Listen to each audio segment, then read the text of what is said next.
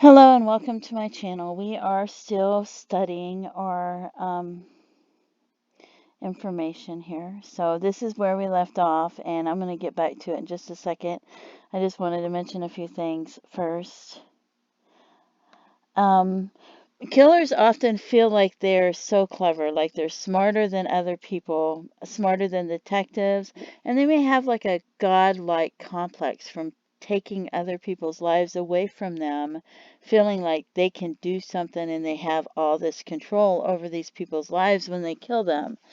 And some of them may kill one person and never kill again, and they may hold on to a souvenir. They feel like they're so clever and often just yearning to brag to someone about how clever and how smart they are.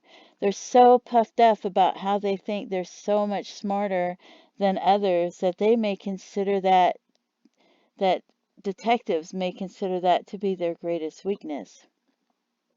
They may share info with someone else in prison, or they may never tell anyone. If they share info with someone else, and no one knows that they did it. Perhaps the person that they shared this information with, or even if that person shares it with someone else, one of these other people might try to take credit for it.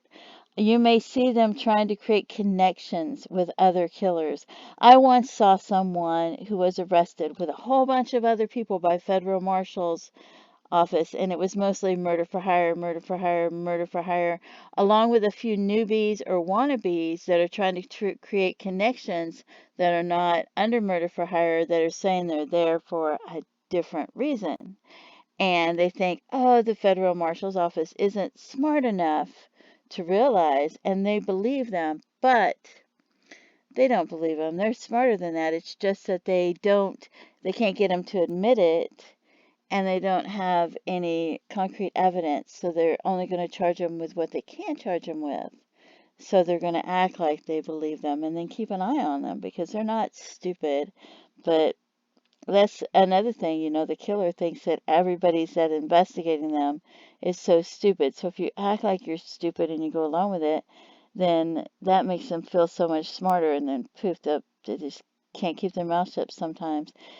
And, if you want to become a chef, you can go to school. And if you want to become a nurse, you can go to nursing school. If you want to become a plumber or electrician, you can go to school to become a plumber or electrician. But people who want to commit murder, some of them want to actually educate themselves. So they may consider themselves self-educated, which helps to stoke their ego and make them feel even that much more clever for some of them. But there are people kill for different reasons, and there's a lot of different types of killers. So that was just some of the things. And where were we on this? We were right here, because this was pretty interesting. It says motivations and types of serial murder, the Symposium model. Over the past 20 years, law enforcement and experts from a number of varying disciplines have attempted to identify specific motivations for serial murderers and to apply those motivations to different typologies developed for classifying serial murderers. These range from simple, definitive models to complex, multiple category typologies that are laden with inclusion requirements. Most typologies are too cumbersome to be utilized by law enforcement during an active serial murder investigation, and they may not be helpful in identifying an offender. Sometimes you can figure out, they can figure out the age, they can figure out what happened to them, but even if you say, oh, well, this person was abused, this person was physically abused, probably sexually abused during their lifetime, you're not going to be able to look at somebody and know that they were physically abused or sexually abused necessarily. So if there's no, it's not like in some file folder on the internet even, so it may not help them. The attendees at the symposium discuss the issues surrounding motivation and the use of typologies to categorize varying types of serial murder. Identifying motivations in the investigation of a crime is a standard procedure for law enforcement. Typically, motivation provides police with the means to narrow the potential suspect pool. Why did they do it? Did they do it out of jealousy? Was it somebody they knew? Because often it's somebody that they knew. Was it a member of the family? Was it a boyfriend, a husband? They went to file for a divorce. Did they hitchhike and get in a ride with somebody? Did they get in an argument with somebody? The same logical steps are taken when investigating homicide cases. As most homicides are committed by someone known to the victim, police focus on the relationships closest to the victim. This is a successful strategy for most murder investigations. Who were they with last? What did the person they were with last say? Because a lot of times it's the person that they were with last that they knew was the person that did it. But then those people will try to say, oh, so and so did it, or they might point you in another direction to throw you off and think that they're, can cover it. They're trying to, trying to fight to point the finger at somebody else. The majority, and it may not be them, it might be somebody else, but it's not always the last person that you know that they were with, but you have to go with what you know. So, and that's what you know. The majority of serial murderers, however, are not acquainted with or involved in a consensual relationship with their victims. See, the majority of serial murderers, however, are not acquainted with or even involved in a consensual relationship with their victims. So they don't even know them. For the most part, serial murder involves strangers with no visible relationship between the offender and the victim. This distinguishes a serial murder investigation as a more nebulous undertaking than that of other crimes, since the investigations generally lack an obvious connection between the offender and the victim. Investigators instead attempted to discern the motivations behind the murders as a way to narrow their investigative focus. And they may check cameras. They may check cameras from blocks away in different directions, from hotels, from gas stations, from stores. If people in the neighborhood have cameras, sometimes people on the same street have cameras and they may check the cars that were going by and things like that to get information that they need about who was there and what happened. Schools have cameras. Um, all different kinds of businesses have cameras, but some people even just have trail cams. So often there's cameras on even vehicles. Sometimes people have cameras in their vehicles or on their vehicles. They may have the cameras running at night. It just depends on who these people are. So they might be able to get footage of whoever's coming and going. And then they might use that footage to see who was in each of those cars about the same time. And then go from there to see who they think might have been involved. So serial murder crime scenes can have bizarre features that may cloud the identification of a motive. The behavior of a serial murderer at crime scenes may evolve throughout the series of crimes and manifest different interactions between an offender and a victim. It is also extremely difficult to identify a single motivation when there is more than one offender involved in the series. The attendees at the symposium made the following observations. Motive generally may be difficult to determine in a serial murder investigation. A serial murderer may have multiple motives for committing his crimes. A serial murderer's motives may evolve both within a single murder as well as throughout the murder series. The classification of motivations should be limited to observable behavior at the crime scene. Even if a motive can be identified, it may not be helpful in identifying a serial murderer. See, even if you can identify the motive, it may not even help you.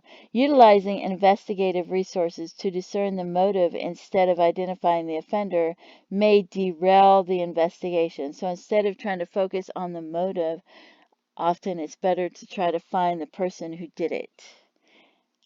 Investigators should not necessarily equate a serial murderer's motivation with the level of injury.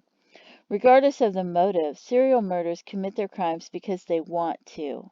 The exception to this would be those few killers suffering from a severe mental illness.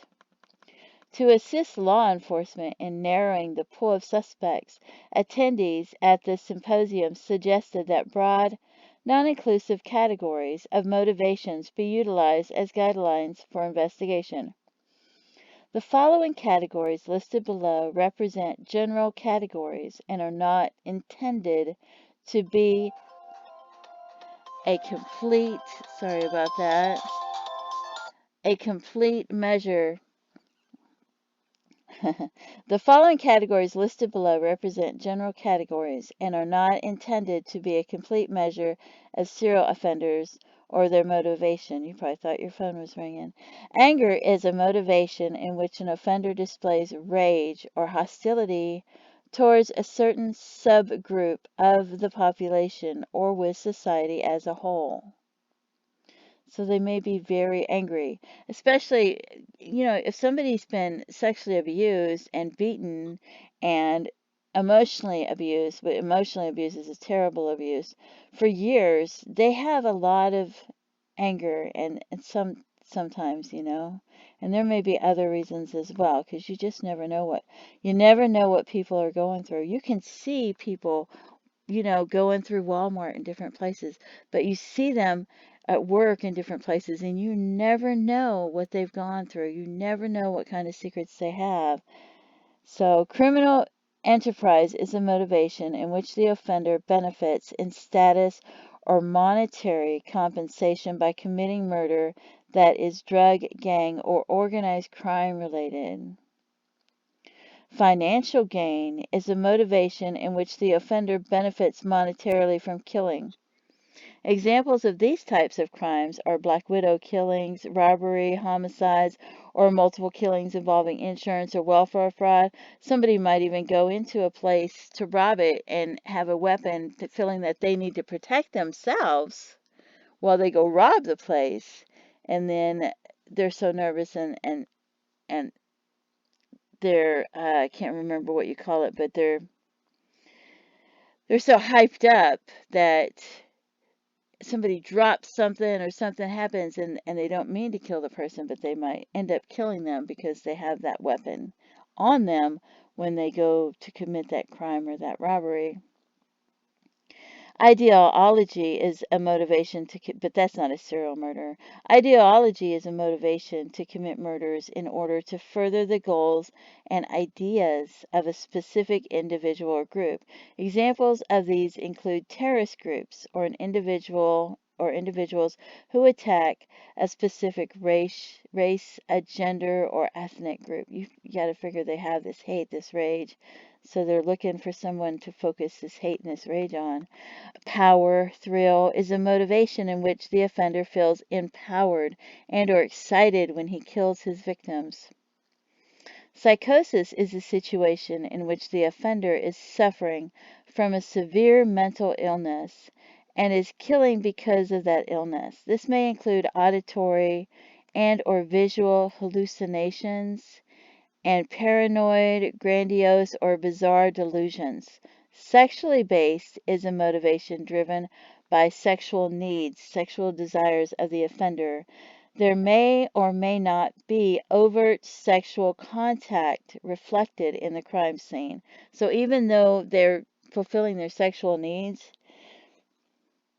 you may not see that in the crime scene, you know. You may discover it later. So an offender selects a victim regardless of the category based upon availability, vulnerability, and desirability. They're looking for an easy target, easy prey usually. Availability is explained as the lifestyle of the victim or circumstances in which the victim is involved that allow the offender access to the victim. Vulnerability is defined as the degree to which the victim is susceptible to attack by that offender. Desirability is described as the appeal of the victim to the offender. Desirability involves numerous factors based upon the motivation of the offender and may include factors dealing with race, gender, ethnic background, age of the victim, or other specific preferences the offender determines. Investigative issues and best practices. Yeah, they may choose someone that reminds them of somebody. So you may see that they're killing all these people and they all look similar, and then you may find out, oh, they look similar to somebody in that person's past. But that may not help you either until later, because because you can't see that if you don't know who they are. So you may not know that till after you find out who they are. So, investigative issues and best practices.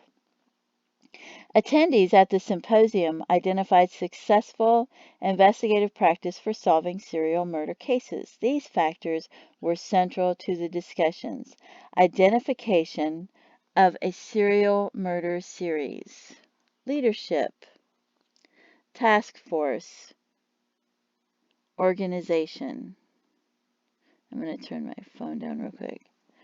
Resources augmentation, resource augmentation, communication, data management, analytical tools, medical examiner, coroners, administrative issues, training, officer assistance programs. So when you go to solve serial murder cases, communication is one of the most important things, because you have all these different people that are investigating it, and one person might come up with something and they might have this little piece of the puzzle, and they may not be sharing this piece of the puzzle with other people because maybe they're thinking they need another piece of the puzzle before they share it. But then you might have other people that have another piece of the puzzle who aren't sharing it as well. So if you put them all together in a room and you discuss it, and everybody communicates, then you can share all these pieces of the puzzle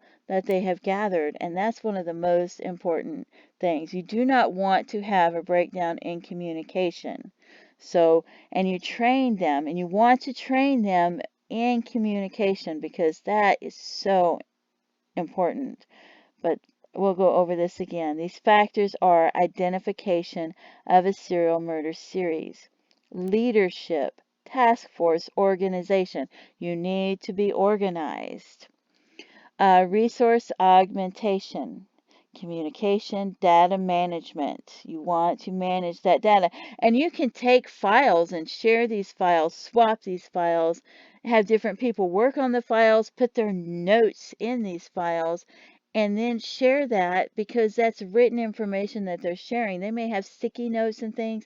You may want to encourage them to make sticky notes, to make notes of their thoughts and things that they noticed while they were going over it. And then you may want to pass these folders around and tell the other people, do not remove the sticky notes, but add your own notes in there, and that way you're sharing that information, and the data is being managed, and there's communication. Analytical tools, medical examiners and coroners, because they have a lot of information.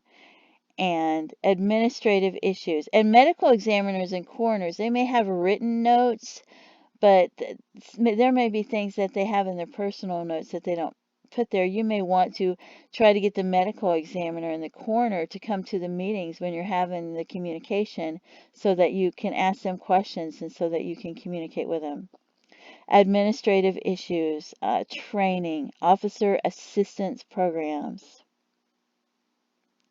Identification. Symposium participants listed the initial identification of a homicide series as the primary investigative challenge. Historically, the first indication that a serial murder was at work was when two or more cases were linked by forensic or behavioral evidence. Identifying a homicide series is easier in rapid developing high-profile cases involving low-risk victims. These cases are reported to law enforcement upon discovery of the crimes and draw immediate media attention. In contrast, identifying a series involving high-risk victims in multiple jurisdictions is much more difficult. That's why, and they know that, that's why they might commit a crime here and then they might go to the next county over and commit a crime, or they might pick somebody up somewhere and then they might drop the body off, especially like, you know, you got semi-truck drivers that are traveling and they may drop bodies off along the highway in different places so that somebody finds the Jane Doe and somebody else far away is looking for somebody and they don't want to look far away. So it's harder to, and if they're if somebody kills somebody in one state in one county and then they cross the border and they live close to another state and they might go to that other state and kill somebody, so there may not be a connection made. And if there's like 4 states or 3 states bordering each other, they might be traveling between those states, you know, so it's harder to connect that. This is primarily due to the high risk lifestyle and transitory nature of the victims. Oh yeah, that too. High risk in multiple jurisdictions. You know, like people who kill prostitutes or people hitchhiking and or doing drugs, you know. Additionally, the lack of communication, it's so important to have communication between law enforcement agencies and differing records management systems because you know, they all have different kinds. They go and they choose their record management system and it may not be the same. So that will impede the linkage of cases to a common offender. So attendees stressed the importance of law enforcement networking with other investigative agencies and cited the National Law Enforcement Teletype System (NLETS) message, VICAP alerts, and the Law Enforcement Online LEO website as alternative mechanisms for sharing information to help determine other linked cases.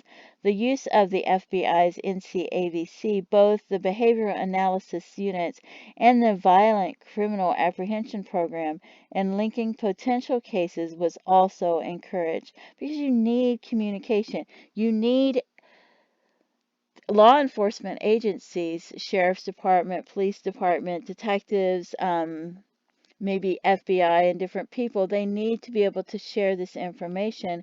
And they, even if they're in different cities, if they're in the county and not in the city, if they're in another state, if they're in like the backwoods, or if they're in a national park, you know, they need to be able to share all of that information. They need that communication, and not having that communication hinders the investigation. Leadership. High-profile investigations present a multiple of leadership challenges for law enforcement, from investigators to police executives. Law enforcement personnel may face external pressures from political entities, victims' families, and the media. Collectively, strong management throughout the chain of command must continually reinforce the supreme goal of the investigation: to arrest and prosecute the offender. Attendees at the symposium agreed that in successful serial murder investigation, the roles of both investigators and supervisors were clearly delineated. The investigative function is the primary mission, and all other activities are in support of that mission and that goal. In serial, you know, you don't want too many chiefs and not enough Indians. You want that communication, and you want people to be able to, you know, work that out. In serial murder cases, the actual investigation should be directed by competent homicide investigators who have the experience to direct and focus the investigative process. And you have to be able to put, if you have personal issues with other people that you're dealing with, you want to be able to put that aside to focus on the goal and not let that hinder the investigation either. You know, you don't want petty hangups to hurt your investigation. Law enforcement administrators should not run the investigation, but rather ensure that the investigators have the resources to do their job.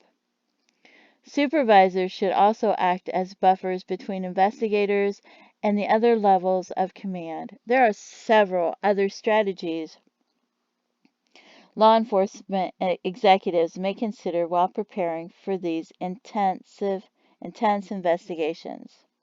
Completing memorandums of understanding, MOUs, between different law enforcement agencies in order to obtain mutual support agreements and commitment of manpower, resources, and overtime. Identifying all resources that may be needed during the investigation and maintaining detailed lists of available resources. Establishing good working relationships with other departments prior to the crisis through networking, scheduled meetings, and joint training. Providing training opportunities in the latest techniques and methods of homicide investigation. Additional observations regarding leadership and task force operations include communication on administrative issues should be restricted to management personnel of the various agencies so as not to distract investigators. The intense pressure and in high-profile investigations may at times decrease logical decision-making. Tunnel vision and impulsivity should be avoided. Law enforcement administration in each of the participating law enforcement agencies should present a unified front by agreeing to a written investigative strategy that outlines the investigative goals, the roles of the agencies, and establishes a clear and concise chain of command. Command staff should focus on providing and managing the resource investigators need to solve the case, rather than directing the investigation. A major problem identified by attendees at the symposium was the issue of micromanagement. When a supervisor attempts to personally direct every action in the investigation rather than allowing investigators to use their talents and their skills and their knowledge and their years of expertise to perform their jobs independently, they exasperate, I don't know why I can't pronounce that, they exasperate the problems in these high profile investigations. While law enforcement, and you can compare that to teachers. Teachers have all these skills and all this knowledge, and they've gone to school for years to be able to teach these children, and they know how to do it. And when you start micromanaging and trying to get all the teachers to teach in the same way and to teach exactly the same thing, then the teachers don't enjoy their jobs. They're not able to do the best that they can do. And that's just something to it's unrelated, but it helps compare you so that you can look at it and see that these people need to be able to do their job. They need to be able to use their own knowledge and their own skills to do it. While law enforcement attracts positive individuals with strong personalities, management should encourage all involved personnel to leave their egos at the door. And that's hard to do. That's hard to do, but you're not children, and you shouldn't let these egos get to you. You're adults and you have to set these egos aside. This ensures that personality differences among investigators do not become a distraction to the investigation. Investigators who lack the ability to collaborate with colleagues can hinder the investigation and should not be assigned to investigative teams. Knowing that should let you know that if you have personality differences, or you don't like somebody, or you feel like they're stupid, or you feel like you're smarter, you have to put that aside. You don't voice that. You don't want that to get in your way. You want to let them do their job and communicate with them, whether you have a problem with them or not. Don't let that get to you. Don't let that keep you from being able to be part of the investigative team, because it can hurt your career. Task force organization. Once a serial murder series has been identified, it is important for the involved law enforcement agencies to work together. There are a number of operational and investigative issues critical to the successful establishment of an investigative task force. Initially, a lead agency for the task force should be designated and will assume the primary investigative role. The choice of a lead agency is based upon a number of factors, including the number and viability of the cases, available resources, and investigative experience. Once established, all law enforcement agencies involved in the investigation should have representation in the task force. Any outlying agencies should also be included, even if they do not have an identified case in the investigation. An effective and reliable investigative model identifies a lead investigator and co-investigator who, regardless of rank, are given complete control of the investigation. These investigators review all incoming information, collate the information, and assign leads. If the flow of incoming information becomes unmanageable due to an excess influx of investigative tips, the lead investigators can delegate these responsibilities to an experienced investigator who will act as a lead control officer. And they might have like a notebook where they may type it online, they may make notes in a notebook and then type it online later so that they have it all together. Administrators must look beyond the traditional method of assigning the next available investigators, regardless of skill, or assigning investigators who have no desire to be involved in a major case. Consequently, law enforcement administrators must assign the most qualified investigators to lead the current case. The lead investigators must have the experience, the dedication, and the tenacity to direct all aspects of the investigation. They should also, with the management support, have the ability to select a cadre of investigators and support personnel and assign such personnel as the investigation dictates. In a serial murder investigations, the lead investigators must handle all crime scene activities and related leads, as each incident may be interwoven.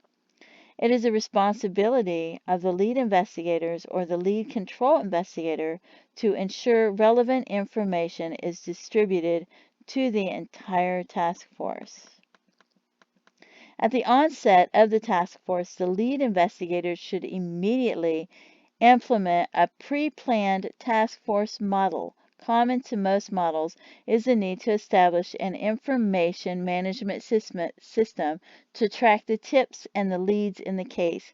This computer system should account for the idiosyncrasies of the investigation while being flexible enough to handle any contingency. And you want to make sure you have this information backed up. You don't want some computer system crashing and losing all this information. So all person, like you hear there was a fire and the case files got burned up, that's another thing. So you want to have backups of everything. All personnel should be familiar with its operation and it should be pre-tested to ensure viability and investigative conditions. You want to make sure all the information is backed up too. So I'm one of those people. I like things on paper and on the computer so that if something happens to the computer, it's on paper. If something happens to the paper, it's on the computer so that it's backed up. Primary to the investigation is sufficient manpower to successfully investigate and prosecute the case. The overwhelming consensus from the attendees is that the assignment of excessive numbers of personnel to the investigation may be counterproductive. A small group of experienced homicide investigators under the direction of the lead investigators is far more effective than a large number of less experienced investigators or investigators who are experienced in different areas of criminal activity. Additional personnel may be brought in for specific tasks as necessary. So if you need somebody that's more experienced with the communication skills and with the organization that have dealt with serial killers, then it's better to bring someone in to help with that so that they can help because they have that knowledge and they have that experience. There should be and they know what they did wrong and they can help you not to make the same mistakes. There should be I don't know what that word is, bifurcation, a responsibility between the administration of the case and the investigation of the case. The task of running the investigation is the responsibility of the lead investigator. The administration provides all the necessary support, including procurement of equipment, funding, and manpower. And that I'll compare that again to a cook. You know, you got the main cook that might be cooking on the grill, and then you have your main chef, and then you have your other people that might be cutting up your vegetables. So they may be creating these plates with, you know, like a hamburger bun, lettuce, tomato, and while the other person's cooking the hamburgers and throwing it on there, and then you've got the other person that's serving it and taking the money. So you have to have this organization, and you have to make sure that the person that's in charge of this is doing what they're in charge of and understands their roles. And so it's important to have good administration that is able to provide that necessary support and procurement of equipment, the funding, and the manpower. That is important, and they should understand that their role is important, even though they're not the lead investigator. What they're doing, they're part of a team, and every part of that team is important, and it helps that team to function. You can compare it to sports teams or a football team, how they have different people that do different things in the football team. They're all important and it helps that game. And as they play the game and they do it together, and it helps it to run smoother. As an example, task force administrators must obtain authority for priority requests for services from the forensic laboratory and other service providers. The lead investigators and the administrators of the task force must have a close, cooperative working relationship while maintaining their own areas of responsibility. Assignment of liaison personnel in serial homicide cases is highly recommended. The highest priority is the families of the victims, who will be supportive of the investigative efforts. When they believe the investigators are competent and all available resources are being used to identify and arrest the offender, an investigator with exceptional interpersonal and communication skills should be assigned to maintain constant contact with families, keeping them apprised of the progress of the investigation and any pending press releases. Liaison must be maintained with the numerous support entities both inside and outside the task force, including the prosecutor's office, the forensic laboratory, the medical examiner's office, and surrounding law enforcement agencies. Additionally, a list of available experts in specific forensic and related fields should be compiled and liaison established for use in the investigation. As long as the flow of information is manageable, one individual can be assigned to multiple liaison duties. If it's manageable. Resource augmentation. As the investigation continues, that's one thing. You don't want to overwhelm people with doing too much. And if they feel overwhelmed, they should let somebody know, hey, I need help with this, because you don't want, it's not like you go into a place, a restaurant, and you know how it is, and they don't have enough people and you don't get waited on and you have to wait forever. This is something that needs to run smoothly. This is very important that it runs smoothly. So, resource augmentation. As the investigation continues, the manpower requirements of the task force will increase for various reasons, including increasing the number of investigators and support staff. Restraint must be practiced by task force administrators to avoid the use of excess personnel. As previously discussed, the use of fewer personnel may be more effective because there's better communication when you have fewer people. The lead and they have more knowledge of everything. The lead investigator is in the best position to recognize when additional personnel are needed. And you should have meetings. You should have meetings. You should have daily meetings. You know, if you ever go to a hotel and people are running a hotel and they have all these different people that work in different areas of the hotel, you might find that they have meetings during the day, in the morning or in the evening or both, to communicate. The administrator's responsibility is to provide the authority for the permanent or temporary reassignment of the requested number of personnel to the task force. You know, your morning meeting might be about what you plan to do that day, what information you want to collect, things that you've realized overnight. You might have a meeting in the evening to communicate what you've learned during the day and to share your notes while they're still fresh in your mind before you forget. If additional personnel are needed to expand the task force, the reassignment should be for the duration of the task force to ensure continuity of investigative information. However, for short-term needs such as a specific neighborhood canvass or roadblock canvass, personnel can be reassigned temporarily to complete the specific tasks and then be returned to their normal duties. And you're going to run across a lot of different things other than just a roadblock canvass for the situation.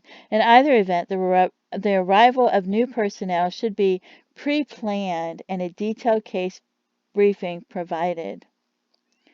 The briefing should include an explanation of their specific assignment, their work hours, details of the investigation as it applies to their assignment, expected standards for report completion, and a complete list of contact numbers. And you might want to consider that. If you look up what policy and procedures are, they have those with theaters, like live theaters and places like that. They may have their policies and procedures for the dresser does this, the cameraman does this, the assistant director does this, um, and they will have something like this so that you can look for something like that for an example of being able to explain their specific assignment, their work hours, their detailed, and you might want to have them write down their understanding of what it is and turn it into you, and then because they often do that in places like theaters and stuff like that, and then you may want to go over it with them, and you might want to go over it alone to see what they wrote down, and then you might want to highlight and mark out what's wrong and correct it, and then go over it with them and then have them retype it so that way they have it in their mind and they know exactly what is expected of them. So, and that would include their specific assignment, their work hours, details of the investigation as it applies to their assignment, expected standards for report completion, and a complete list of contact numbers. So there's other things in there just so they know what they're doing and what's expected of them. So, and that's just an idea. Additionally, personnel should be cautioned about discussing case-sensitive information with anyone outside of authorized law enforcement personnel. And often there's a paper where they sign it to say, I understand I'm not to share any of this information and I won't, and stuff like that. Arbitrary rotation of personnel should be avoided as it negatively affects the continuity of the investigation. Rotation of personnel should only occur if requested by the investigator or there are officer assistant issues. If the task force is disbanded and later reinstated, the original investigators should be utilized. Communications, and that is so important to everything. Attendees stress the importance of disseminating information to the investigators engaged in a serial murder investigation through the following. And you don't want to have there be information and then find out later that they didn't get this information, and then years later they're like, well, why didn't I get that information? Daily briefings are essential for investigators, especially when there are different work shifts. Periodic summary briefings are also necessary for managers and patrol officers. These can be accomplished via emails or at roll call and should be conducted by investigative personnel. Communication on the operation level is paramount, especially in task force investigations and when serial murder cases involve multiple states, as all information must be shared seamlessly. Teleconferences may not sufficiently allow for the flow of information. Face-to-face case briefings are suggested. Submitting VICAP reports on solved and unsolved murders, attempted murders, and sexual assaults for inclusion in the VICAP database is strongly recommended and may facilitate the linkage of unknown related cases for law enforcement agencies. Data management. A common problem in serial investigations occur when data is not entered into the electronic database in a timely manner. Useful leads are lost when investigators are overloaded with information. The following suggestions were provided regarding data management issues. In order to avoid time lags, reports should be written as soon as the investigative lead is completed. If reports are not finished before the end of the investigator's shift, the lead investigators may not have time to review those reports. And then you might forget something. And make sure you keep notes. Even if you have to carry a notepad with you, a small notepad, whatever you have to do. This will lead to a backlog of reports containing pertinent and timely investigative information. Sufficient time should be allocated during work shifts to complete reports. Information should be obtained, documented, and distributed in a standardized manner to maintain consistency among different agencies. Ideally, reports should be computer generated to ease the communication issues. Systems similar to the FBI's Rapid Start computerized case management system should be utilized to effectively organize and collate lead information. Computerized systems promote the analysis of a tremendous amount of data. There should be sufficient personnel committed to ensure that the data is recorded into the system in a timely manner. A murder book or series of murder books should be created and maintained. Murder books contain all of the pertinent investigative information and are traditionally in paper format but can also be developed electronically. All rough notes should be maintained and entered into evidence because those rough notes have details in it that may be left out otherwise. And like I said, you don't want to find out years later, hey, why didn't somebody tell me this? Why didn't I know this? This was important. Reports should be distributed to all participating law enforcement agencies and the prosecutor's office. Analytical tools. The wide range of analytical resources available to law enforcement agencies is typically underutilized at the onset of a serial murder investigation. Due to the volumes due to the large amount of information that's just incredible. I don't know why I can't pronounce that word all of a sudden, and later it'll come to me and be like, why didn't you just say this? The voluminous amount of information characteristic of high profile investigations. Critical lead information may be lost.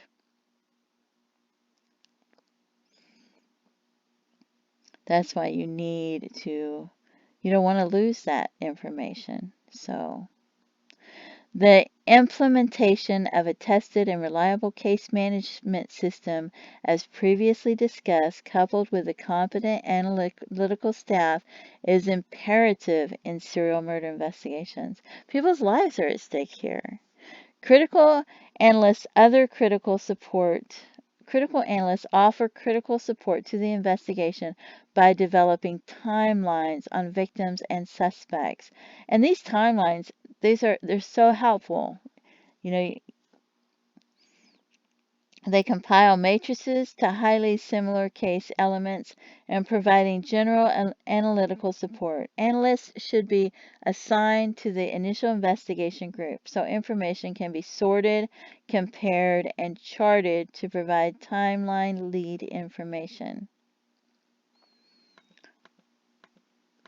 It is recommended that a review team of experienced investigators be formed to assist the lead investigators in filtering through the information gathered by analysts.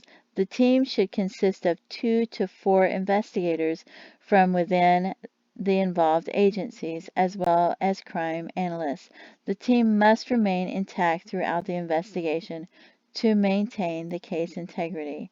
Many agencies are not supported by an actual crime analyst unit or do not employ experienced analysts. In such cases, the agencies should contact their neighboring jurisdictions or the FBI's National Center for the Analysis of Violent Crime for assistance.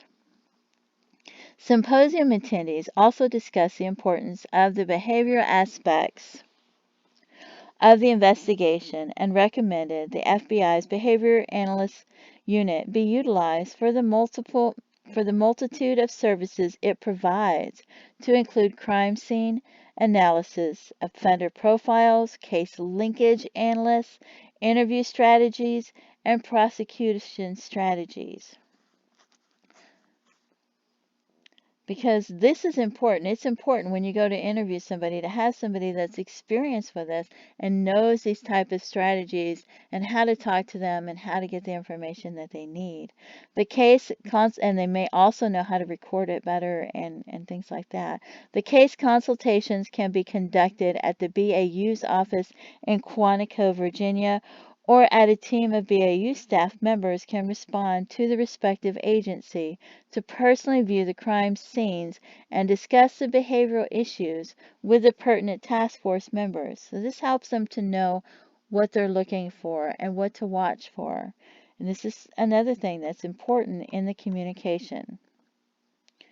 So this has been almost an hour, so we're going to stop here and come back to this at a later time and a later date. And I just hope that you find this information interesting, and please feel free to leave comments. Thank you so much for tuning into my channel. Have a great day. Bye-bye.